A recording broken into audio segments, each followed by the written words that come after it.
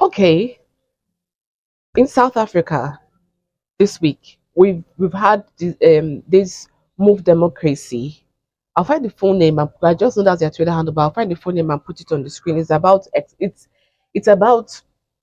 spreading. It's an institution, a non-governmental organization focused on spreading democracy around the world. And it's funded by the usual people you think of, people who are aligned with American interest and Western interest in general. It's funded by them. So I'm seeing a lot of Africans at the said event, even people that I usually look up to within the continent. I've seen them there and they are discussing, the normal rhymes and rhythms of democracy. Now, I want to discuss this whole concept of democracy from an African perspective. Last year, the former president of Nigeria, President Olusegun Obasanjo, he said that this Western liberal democracy has failed in Africa. And when he said it, that was when I tried to do this show earlier. I said something. I said the issue is because the Western liberal democracy, we've there's an argument to show that we have not really practiced it the way it's supposed to be practiced. And I laid out that argument in that audio because it wasn't a video, it was an audio, but it's still on this YouTube channel. Anyway, now that I am seeing this move democracy, I'm really taking more time to think about this concept of democracy. So the first thing that I would say is that the concept of democracy is fine. The idea of democracy is that is the people who will decide their fate, is the people who will decide who will govern them. Now, listen here, I'm going to use Nigeria as an example because we just spoke about the president of Nigeria. I'm going to use Nigeria as an example. Nigeria's population is 220 million people, give and take 220 million people. The 220 million of us cannot imagine 220 million of us going to say, okay, we want to govern ourselves by ourselves. It's going to be chaotic. Right. It's going to be very chaotic because I will say this one and another person, then 220 million of us are saying. Then you can't make decisions and you can't make decisions about how the country is going to run. Now, if you say, okay, let it be a monarchy, the monarchy doesn't really owe the people much. Yes, they owe security and certain things in the country so that it doesn't go haywire and they're overthrown. But the monarchy, if you look at the place we saw national monarchies, in instances in Europe, many of them were just working for their interest and they didn't care what the peasants did. It was just they and their clique. So the idea of democracy is supposed to be the majority, the people should decide how the life they want to live, and then elect officials who are going to prosecute that vision for them. It's not a bad idea. I think it's actually a very noble idea. But when we now look at the way the world works today and what democracy, the so-called democracy thing has turned out to be, it's just beginning to make me roll my eyes because now when I hear democracy, which is supposed to be a good and honorable thing, now when I hear democracy, I just think of US national interests. That's because that's what democracy has become in today's world. Democracy is United States national interests in your own country, not your national interests. Yeah, they may say, oh, it's your national interest. No, baby, when you see the way they play on ground, it's not your national interest. It's United States national interest. That is what today's democracy means. Because it's not democracy that made them bomb Iraq. It's not democracy. They say they're taking freedom and democracy to Iraq. And they destroyed that country. It was democracy in the name of democracy.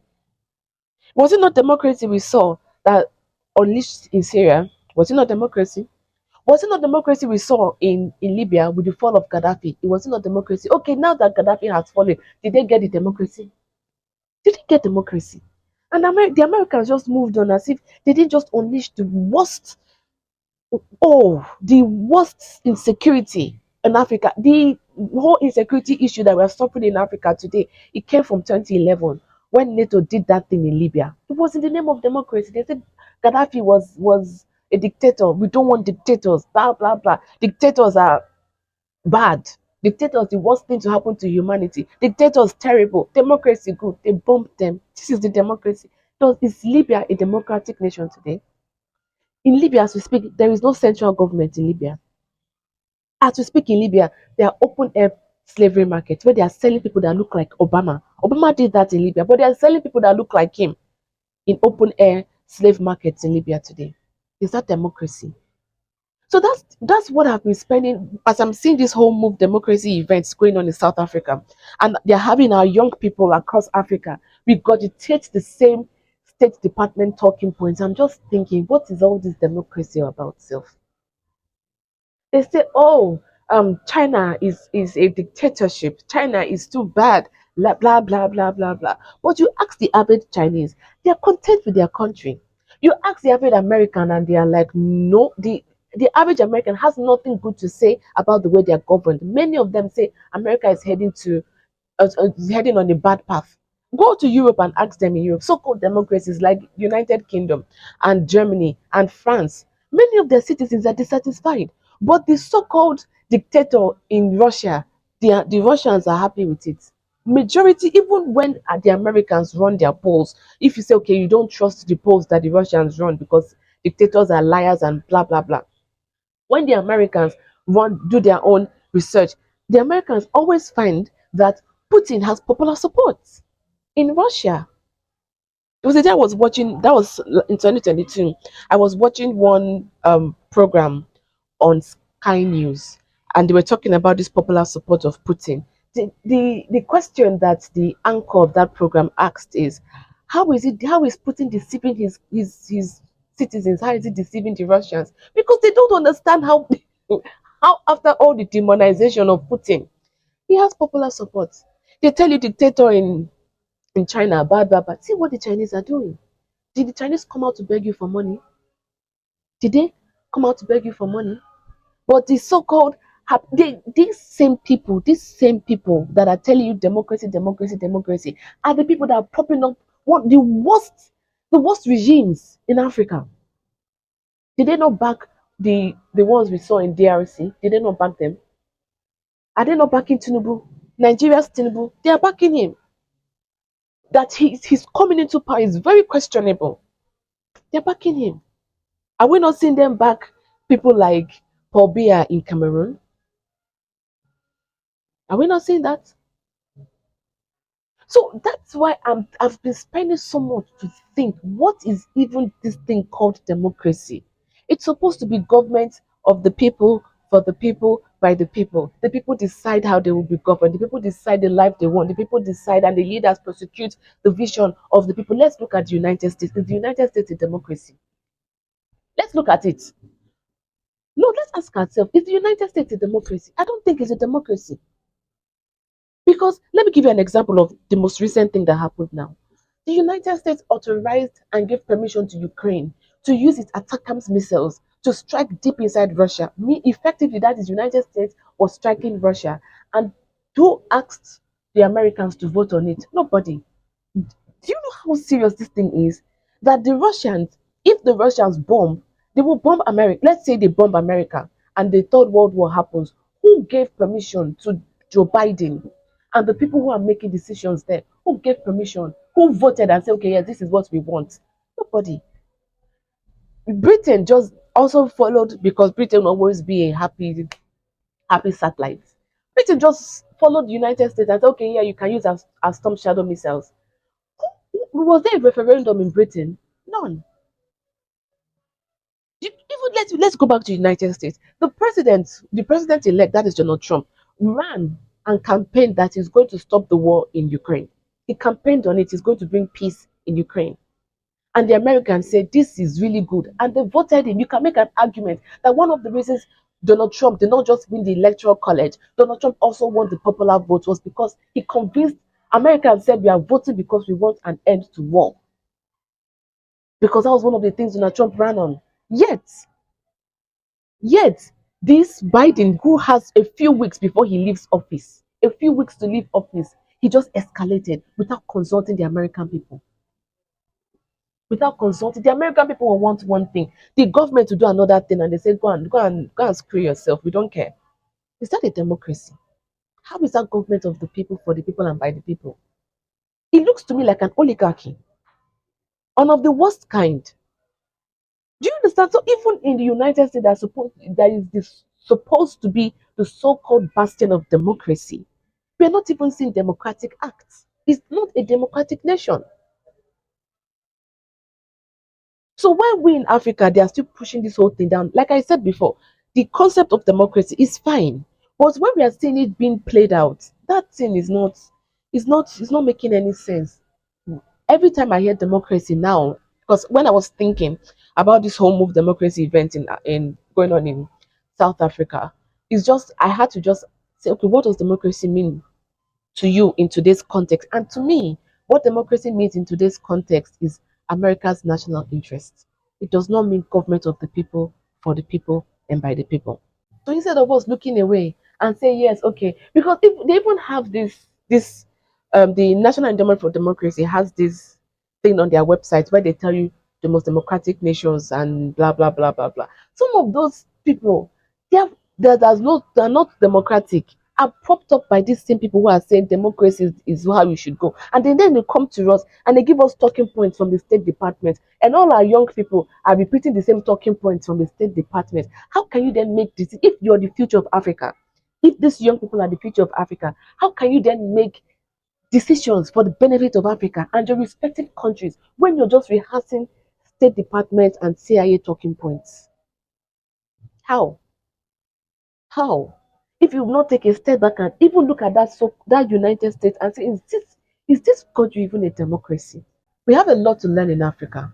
Really, we have as Africans and in our respective countries, we have to ask ourselves, what does it mean to be African? What does it mean to be Ethiopian? What does it mean to be Egyptian? What does it mean to be Rwandan? What does it mean to be Senegalese? What does it mean to be South African? What does it mean to be Nigerian? What does it mean? And then once we decide for ourselves what it means to be African and our respective cultures, what this thing actually means, then we can then ask ourselves, how do we want to be governed? Because clearly, the one that we have been doing since is not working. I told you some weeks ago that the anointed successor to Paul Biya in Cameroon is likely his son. What is democratic about that? We have seen it in all across Africa, where a father would die and anoint his son will come in as successor. His son will come in as successor because they just give you the illusion that you are voting. In fact, one of the things I took time to think about after Nigeria's elections last year, because those elections really made me think. One of the things I took the time to think about was what is even what does this voting actually mean? Because you say, like, why I took my time to think about that, because I wanted Peter Obi to be president of Nigeria, and quite a number of people wanted it, but we didn't get it because, well, whatever. So I now sat down and I was thinking and thinking. I said, how did we even arrive at it had to be Atiku, Peter Obi, and um Tinubu? Who else? Like, okay, is there in the APC now that is Tinubu's political party? Was there nobody else who could have contested, who could have been the flag bearer for the APC other than Tinubu? Right. So one of the when I was thinking about this, the illustration that came to my mind was when I decided that this whole thing is a sham, this whole voting something is a sham. The illustration that came to my mind was this is a school. I'm going to give you that. I'm just going to relate it to you. This is a school. I own a school and I come to tell the parents, oh, whatever you want your students to learn or your children to learn, they can learn it in my school. I've created a structure whereby anything that the parents would like their child to learn, they can learn it in my school. And the parents because of that parents are like, oh wow, I want this, so they come to my school and then I say, oh yes, you can learn it. Then they ask me, you said you can learn anything in my school, your school, right? Whatever I want my child to learn. And I say, yes, whatever you want your child to learn, the child can learn in my school. And then they say, okay, fine. So I bring out my list and I say, okay, this is what we offer. And the parents, even if it's 100 things that we offer, compared to other schools that are offering 10, for example, the parents now goes through that list and say, for example, the parents want the child to learn nursing. This is just an example. But in my 100 list, there's no nursing there.